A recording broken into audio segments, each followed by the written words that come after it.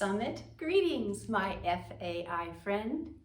My name is Sue Grant, and I'm delighted and honored that you could join me today. Thank you. When I asked Dan and Cody what topic I could present that would be most helpful for you, they said they get lots and lots of questions from instructors about program design, how to make exercises overlap and be more versatile. With that in mind, I'm going to show you how you can incorporate power, balance, cardio, cognitive challenges, and just a lot of pizzazz into your favorite exercises. I'll be basing some of this on the Gray Institute's list called the 10 Observational Essentials of Movement. I'll also be sprinkling in lots of tips and things that I've learned over my many years, well, more like decades, in the fitness industry. In this first session, I'll explain the details of this list, and then we'll play around a little bit together, modifying some exercises so you can get a chance to practice spicing up your workouts. In the second session, I'm going to lead you in a really fun instructional workout, but using only lunges and punches and squats. This will help you to solidify your expertise in adding purposeful variety to every exercise that you do. Now, about this list, a few years ago, the Gray Institute came up with this list called the 10 Observational Essentials of Human Movement. I can barely spit that out.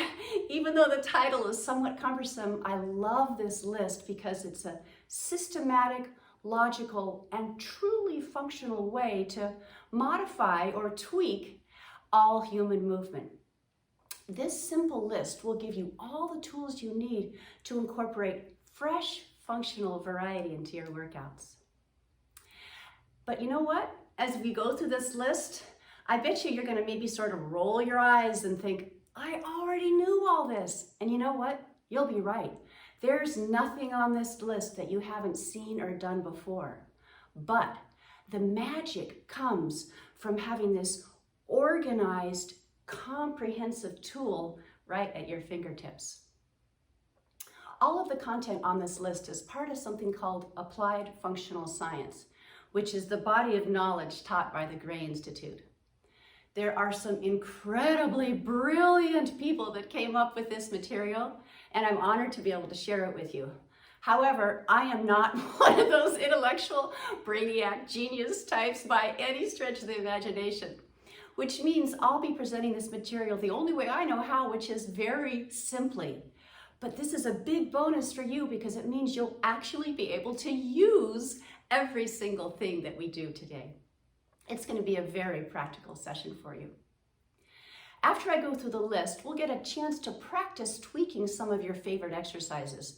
I'm a firm believer that people learn a lot better by doing rather than just sitting and thinking about it. Especially if you're a kinesthetic learner like a lot of us fitness professionals are. All right, let's get started. I highly recommend you print out a copy of the list so you can follow along. Off we go. Number 1 on the list is action. Action simply describes what you're doing. Of the 8 fundamental movements, are you lunging, squatting, jumping, or reaching? Or you might be lifting, pushing, pulling, or walking. That's all there is to action. Number 2 on the list is environment. Environment refers to where the action is taking place. Are you in a swimming pool or are you on the ground? If you're on the ground, is it a firm surface or squishy like soft sand? If you're in a room, is there a chair right next to you or is it just open space? You might be on a Pilates reformer or a Stairmaster. Environment also talks about what tools or equipment you're using. Are you using a med ball, weights, or dumbbells? The environment obviously has a massive effect on the action. Position. Are you standing, sitting, kneeling, side lying, prone, supine? Or if you're standing, are you standing on one leg? Speaking of your legs and your feet, what's the position of your feet? Are your feet about hip width apart, or they might be wide, they might be narrow, they could be externally rotated or internally rotated, Or you might have one foot a little bit in front of the other or a lot in front of the other. You'll be amazed at how powerful these position tweaks are. Next on the list is the driver. The driver is what is creating the action. Right now I'm using bilateral arm driver, or now I'm using a leg driver. Whatever driver you choose creates a chain reaction through your whole body. We talk a lot about this chain reaction in applied functional science. You know that song, the ankle bone's connected to the knee? Yeah, you know that song. Well, it's true. So let's play around with it. I'm going to ask you to stand up now if you're not already doing so, and make sure you can go like this without whacking a lamp or knocking anything over. And just let your arms be bent and just do a nice, easy turning from side to side. Now, I'm going to ask you to take your right arm. I'm going to be mirroring you during this entire video. Take your right arm back behind you, just your right arm, behind you as far as you can. Let your hips go with the motion, nice and relaxed. We're going to do 3 of these in a row and then hold on the 3rd one. So here, I'll count it down. 3 and 2. Now hold your right arm as far back as you can. Let's do that one more time. See if you can go a little farther. 3. Let everything move. 2. Now hold it and freeze, freeze. Drop your arm, but take a look down at your feet. My hunch is that your right foot is a little supinated, a little bit rolled out, and your left foot, I'm guessing, is a little bit rolled in or pronated. Okay, you can relax. So interesting. I didn't tell you to roll your feet, did I? But the arm driver caused the chain reaction to mobilize your feet. Really cool stuff. Next on the list is direction. With direction, we're just talking about which direction you're moving. As I'm sure you know so well, there are 3 planes of motion. Sagittal planes going forward and back, frontal planes going side to side, and transverse plane is the rotational plane of motion. Most traditional exercises stick pretty much to the sagittal plane. Actually, a lot of them do the frontal plane as well. But so often that all-important rotational plane of motion, the transverse plane, gets ignored or forgotten about.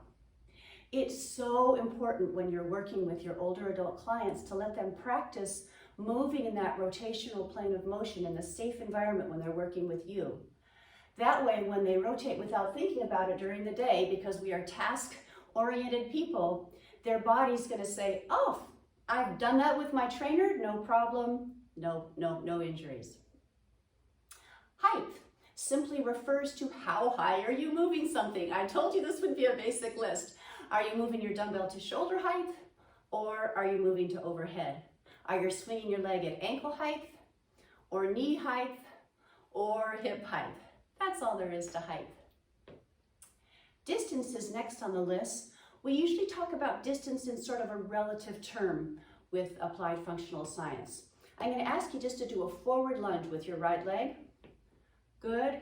And then switch legs. Left leg forward lunge. Let's do one more with the right leg, but hold it, hold it. Now look down at your feet and just kind of notice how far forward you stepped. You don't have to measure it or anything, but you can relax now.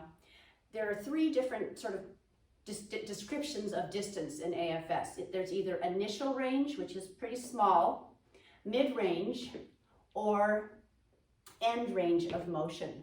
Most people usually self-select that mid-range of motion when they aren't told how far they're supposed to do something.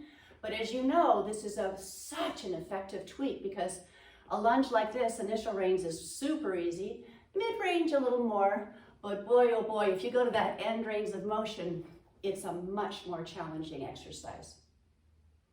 Now, I'm positive you already are familiar with load tweaks. It's just how much you're lifting, whether you're using weights or on a Stairmaster, what kind of load are you working with? We're almost there. Rate is just the speed at which the action is taking place. It's a wonderful tweak. Hopefully you've heard Dan and Cody talking about how important it is to add power to our older adult workouts. Well, it just so happens that the equation for power is power equals force times velocity. Yep, velocity is rate, so you can really increase the power of an exercise by playing with the rate. And finally, duration is the last on the list. And to be honest, this one's kind of a duh, because it's just how long are you doing the action? Like if you're doing strength training, how many reps and sets are you doing? So as you can see, there's nothing on this list that you haven't seen or done before. However, I'd be willing to bet a lot of money that you are going to be thrilled when you see the diversity that these 10 simple tweaks can add to your repertoire. So let's play around with a little bit. I'm going to do 3 different exercises: a sit to stand, push-ups or pushing motions, and stepping or walking. We'll zip through the list with each one of them and tweak away. Let's begin with one of the world's most functional exercises for older adults, the sit to stand. What's the action? Well, it's a sit to stand, or kind of a reverse squat. It can also be what I call a momentum rock. If you have a very frail older adult that has a hard time getting out of a chair, it's good to have them put their hands on the chair and just practice using their torso as a driver. This would be a momentum rock. So sit to stand, squat, or momentum rock is the action. The environment, good question. That really has to do with the chair. Is the seat of the chair squishy and really soft, or is it firm? Are there arms on the chair or no arms? How about the floor? Are you going to be standing up onto a firm surface, or is the floor more like a compliant surface? Are you going to stand up on a pad? So there's some options for environment for sit to stands. Position. Oh baby, this is a big one. Let's play with it. Take your left foot a little farther forward and your right foot back. And if you can, I'm sure you can, fold your arms across your chest and stand up. Now sit back down slowly, slowly, slowly, slowly. Good, do that one more time. I have a hunch that you're feeling a lot more going on in your right glutes and your right quad. So if your client has a knee that's a little tender, say their left knee is tender, good, have a seat and relax. Then if you tweak the position of their feet, the foot that's in back does a lot more of the work. Obviously, if their right knee is sore, you wouldn't have their right foot back. You can also have your feet externally or internally rotated.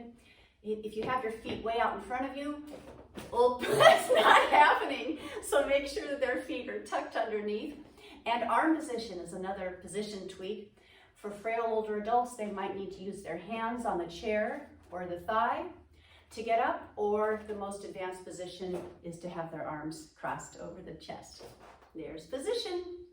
The driver, oh my goodness, the torso is such a huge driver.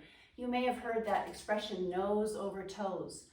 A lot of older adults actually do have a hard time getting out of a chair. So if they use the momentum and think to lean back first and then bring their nose over their toes, that's really helpful to let their torso be a driver with that. So you can also do this with their feet coming up and then a little hover, and feet coming up, a little hover. Good. This just gives them the idea of using that mass and momentum to their advantage. You can also do a power up with your driver using your arms as a driver. So you're going to lean back and then power up. Let your arms swing back and power up. You can go any height you want with the arms, but those power up exercises are really good for people that are still struggling a little bit and getting out of a chair. Direction, good question. You can stand up and reach your arm to the opposite corner. That changes the direction a little bit. Left arm, let's do one more each side. Right arm's reaching around. And last one. Or there's another really functional exercise. It could be called getting up from the dinner table. Say you're at a dinner table, you have to lean back, bring your leg around, and then reach up to the corner. This is a very practical exercise. So let's do your right leg, lean back. This is getting some nice hip mobilization. Reach up.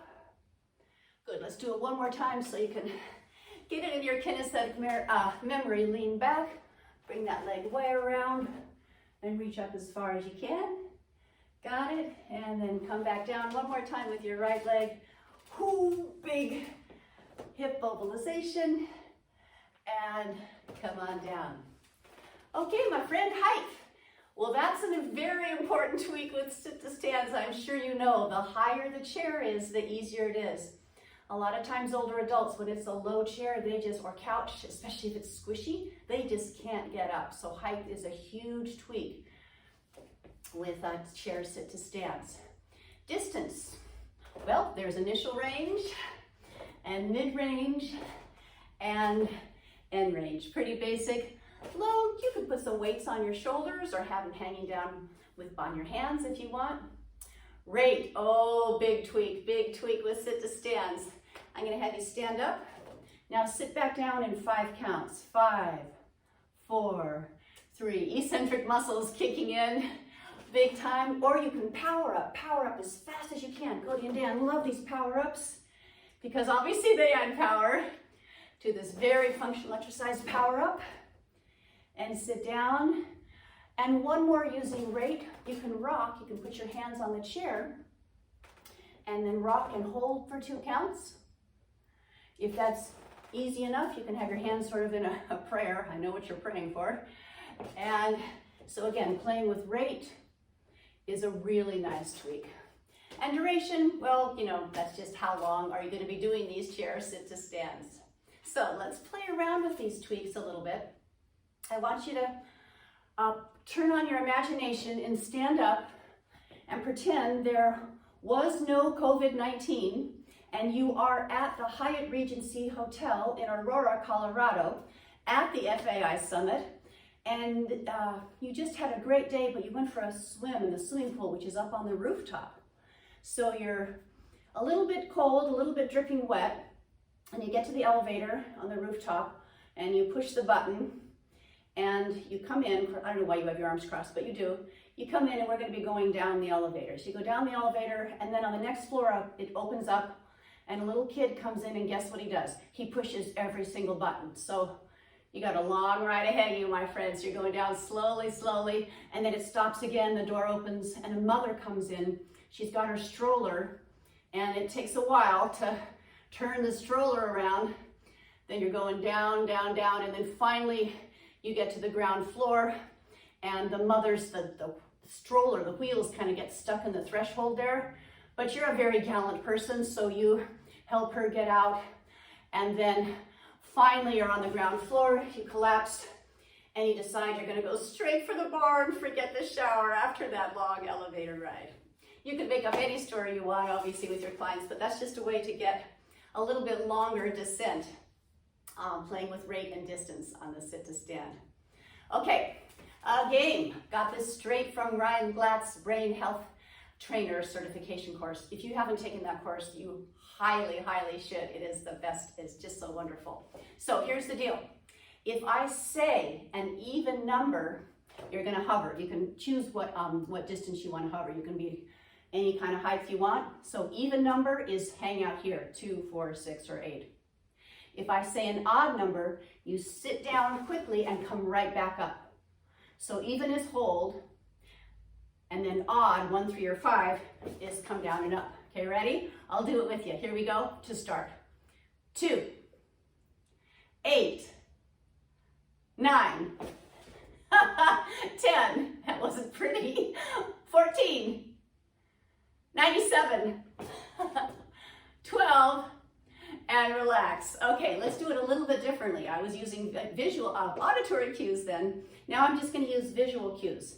If I hold up an even number, same rules, you're going to hover 2 or 4 or 6 or whatever. And if I hold up an odd number, you'll go down and up.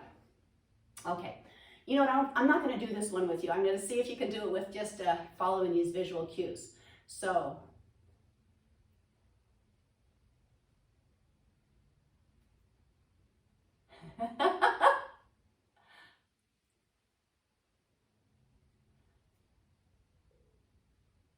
very good. Take a break, sit or stand, it doesn't matter. Now, if you have a client that's very deconditioned, it would probably be easier for them if the even number was to stand and the odd number was just to do a little down and up, because it's hard to hover for all that time. But you know your clients better than anyone in the world, so you can pick how you want to tweak that fun game. So thank you, Ryan. That was such a great exercise. Okay, let's do some dual tasking here. Gonna have your arms folded across your chest if you can, and just sit back down and come back up as many times as you can, but we're gonna spell a word while we're doing this. But of course, we have to get the brain engaged, so we're gonna spell the word backwards. What's the word, you're wondering? The word is tweak. So every time you sit down, you're gonna say the next letter. I'll do the first couple letters with you, and then you'll be on your own, my friend. So here we go. K. Are you desperately trying to come up with the next letter? A. Good. What's next? E. I'm gonna let you do the next two on your own.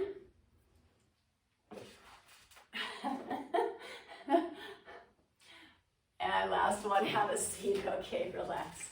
All right, one more, playing with rate a little bit again, and distance, and adding a little cognitive challenge because you have to think about this little pattern. I like to add a little bit of, I hate to say choreography, but a little bit of thinking into a lot of my exercises.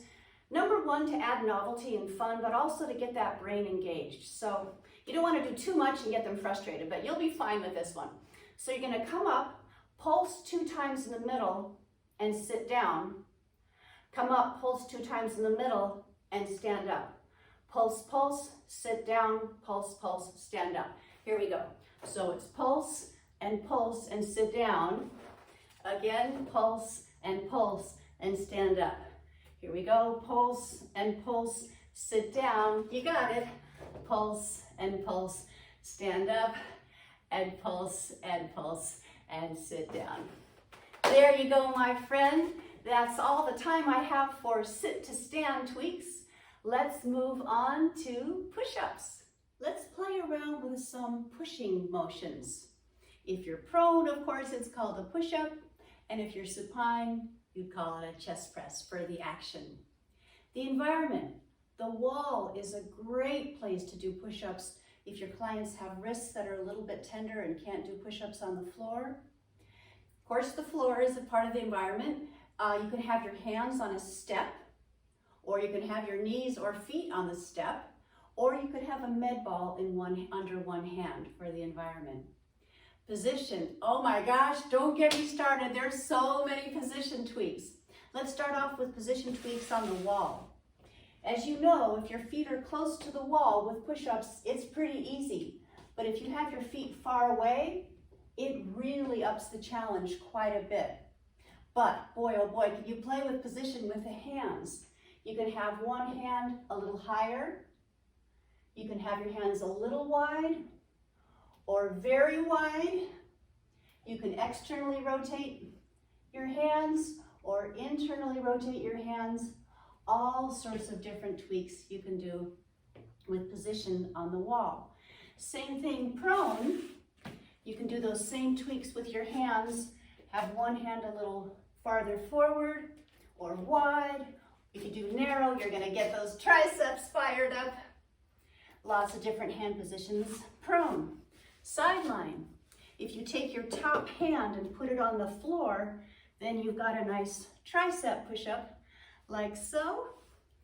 And if you're on hands and knees, if you're in tabletop like this is a little bit easier than if your hips come down a little bit at the diagonal like so.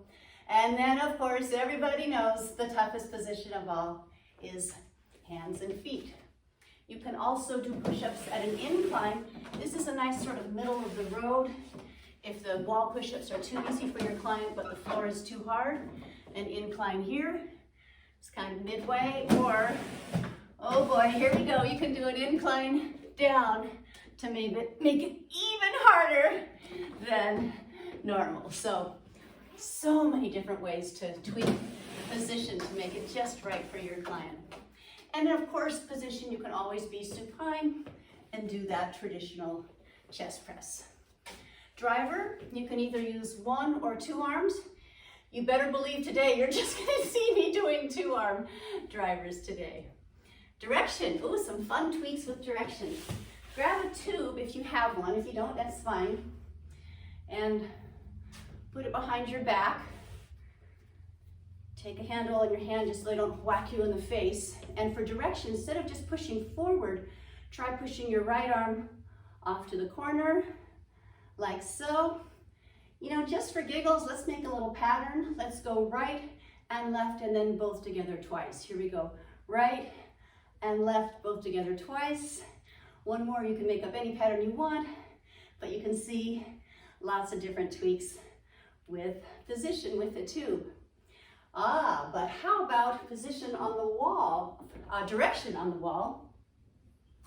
Did I say position before? I meant direction with the tube. You knew that though. Okay, if you take your a towel in each hand, it's really fun to play with direction here. You can go out a little bit, or if you want to tweak distance as well, you can go really far, you can go diagonal, or you can make some circles. Lots of fun ways. Just make up, just be creative and think of any different direction you can go with your hands on the wall. Another really fun way to tweak direction is using gliding discs. Thank you once again, Mindy Milray, world's most fun person. So you can just have one gliding disc and go out to the side, or you can have two. Again, play with which direction you want to go to, either big or small, but lots of different ways to make push-ups a lot more interesting using these gliding discs. Height and distance are sort of interchangeable because height is just how high you're moving something and distance is, you know, initial, mid, or full range of motion. So here's initial, here's mid range of motion, and then obviously here's full range of motion for height and distance. Load, if you're doing the traditional chest presses with a body bar, one little variation you can do is to scoot the body bar over to the side, and that way you can really change the load for that one arm. It accentuates the workout quite a bit. So fun. So glad you're here with me.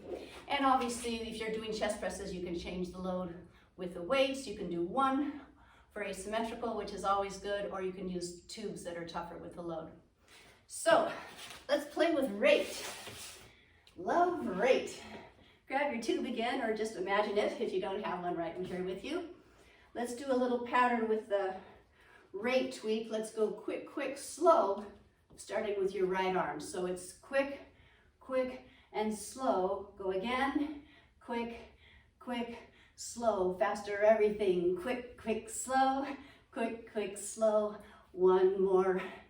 To do us. Okay, that's quick, quick, slow. How about we just do quick?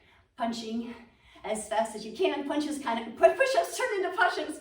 Blah! Push-ups turn into punches. You say that 10 times fast by tweaking the rate. It's so good to add power to our workouts. Okay, let's go back down to prone. Playing with rate a little bit more. You can always play with the rhythm.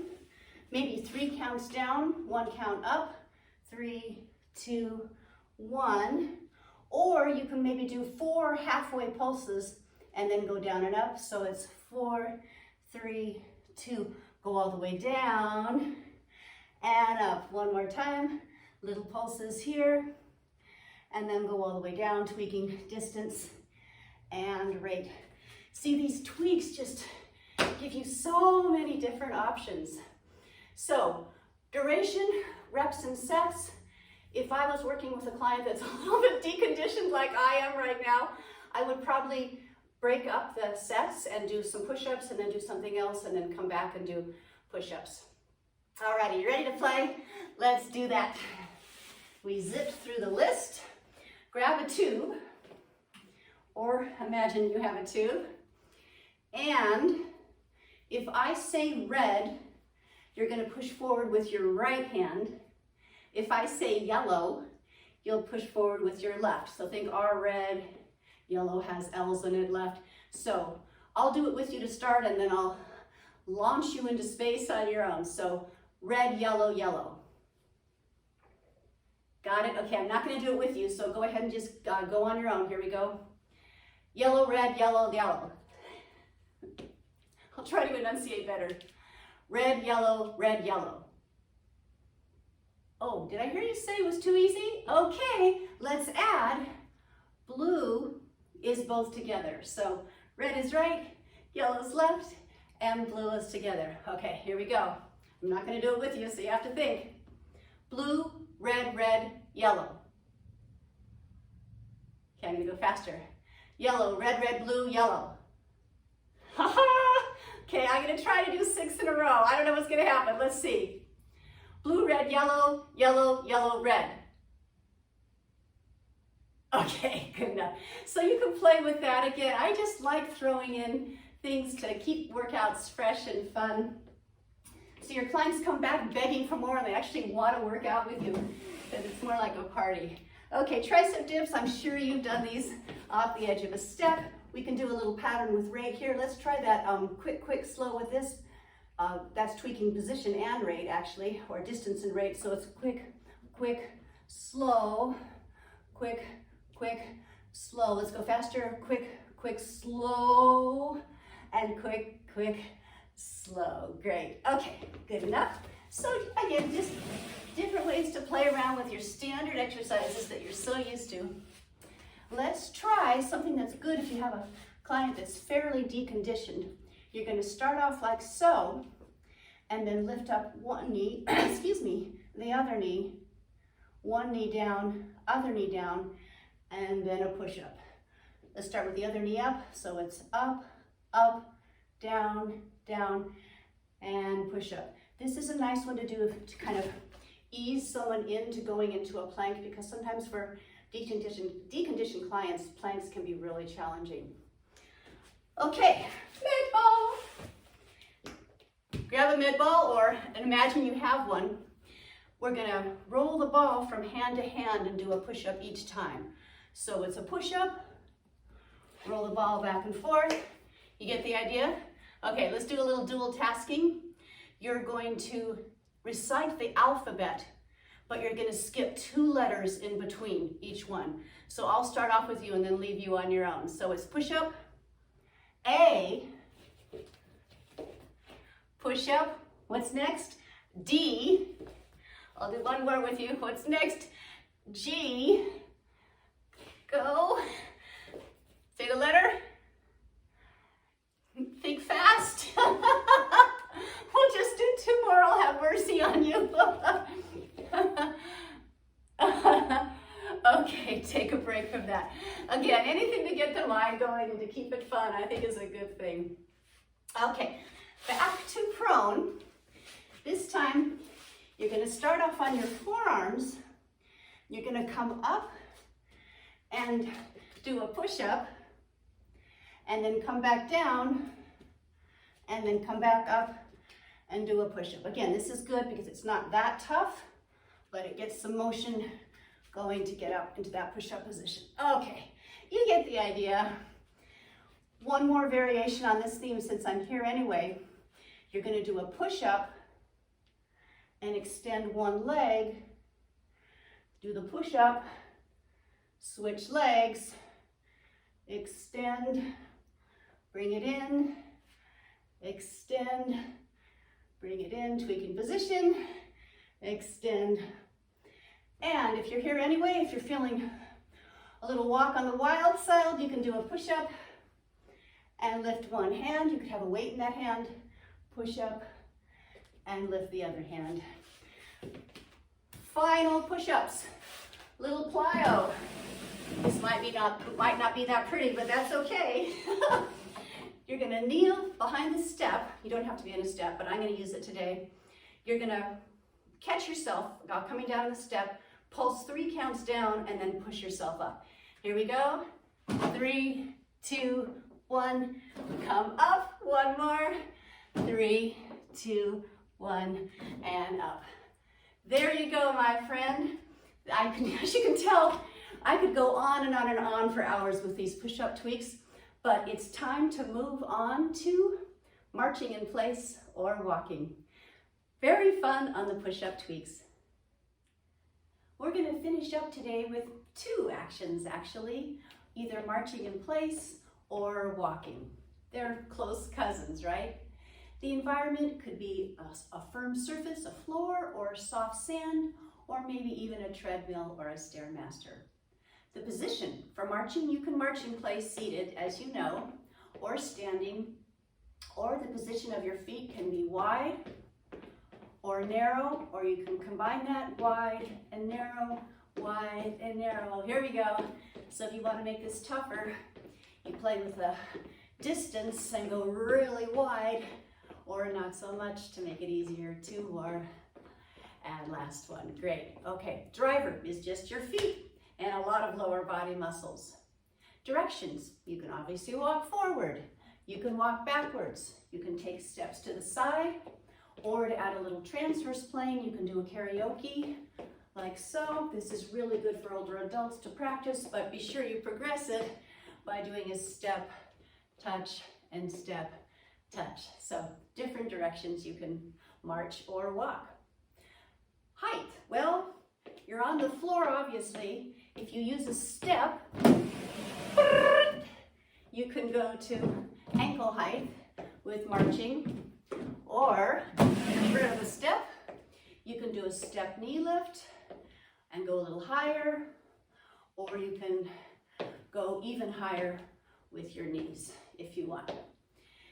Distance, really important for older adults, because a lot of times as they're getting more frail, they're afraid of that swing phase of standing on one leg, so they start doing the little small steps in the shuffle because they want to keep their feet on the ground for longer. So it's really important that you encourage your older adults to take longer strides. How do you do that? Well, one thing you can do is have them stand by a cone or whatever you have on the floor and have them just walk at their regular pace. Don't tell them you're measuring anything to the other side. So have them count 1, 2, 3, 4, 5. Now see if they can walk back and subtract 1 or 2 of those strides. So I'm going to try to do it in 3. So it's 1, 2, 3. So again, you don't want them to take giant long strides, but if they have a nice long swinging stride, they're going to be much less likely to fall. Load, you could have weights on the shoulders if you wanted to make it tougher, or hanging from the hands.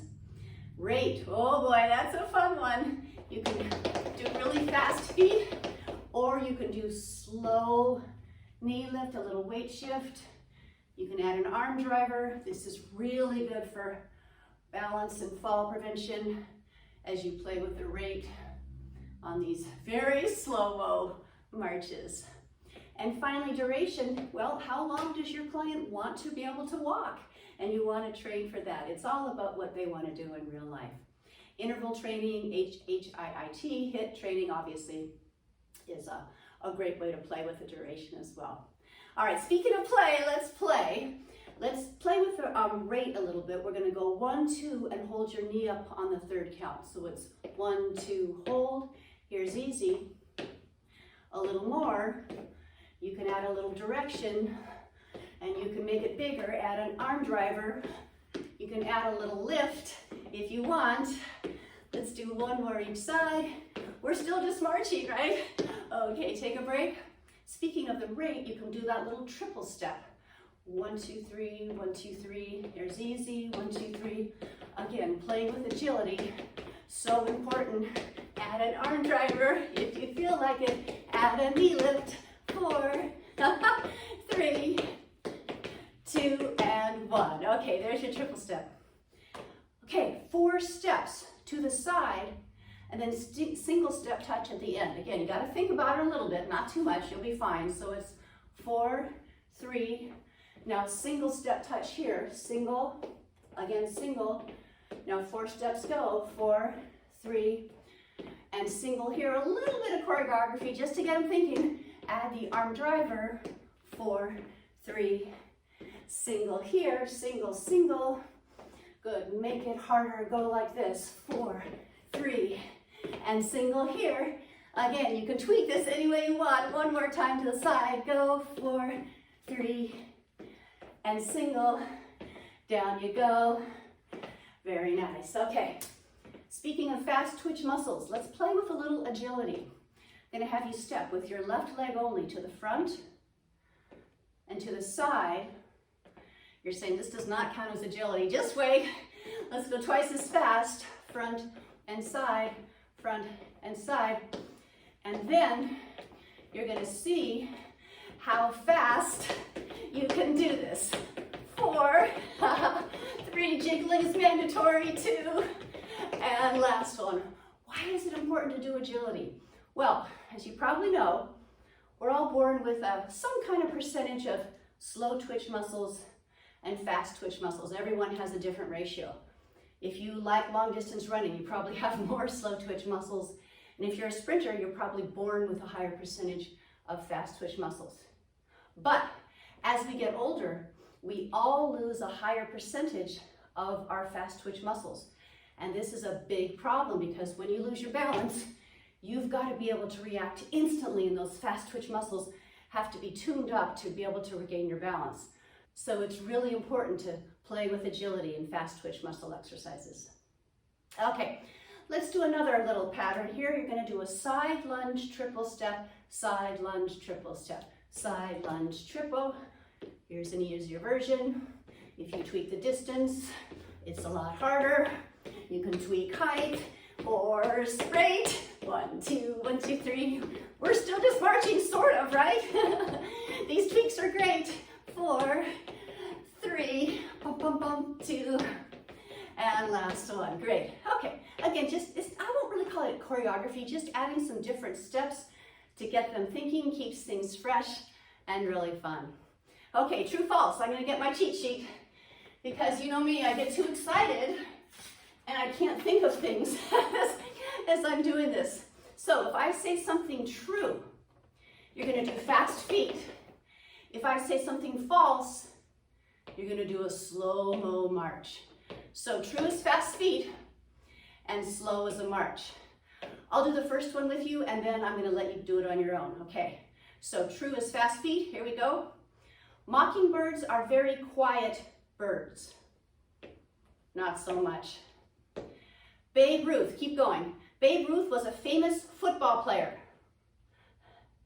There are 52 weeks in a year. And make this just for you. Artichokes are my favorite vegetable. Tokyo is in China. 13 minus 8 equals 6. If you combine blue and red, you get purple. I'm going to make you do this one for a while.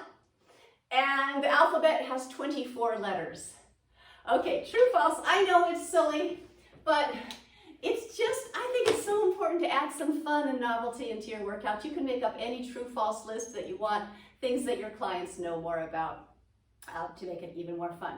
Okay, let's do a little more patterns here.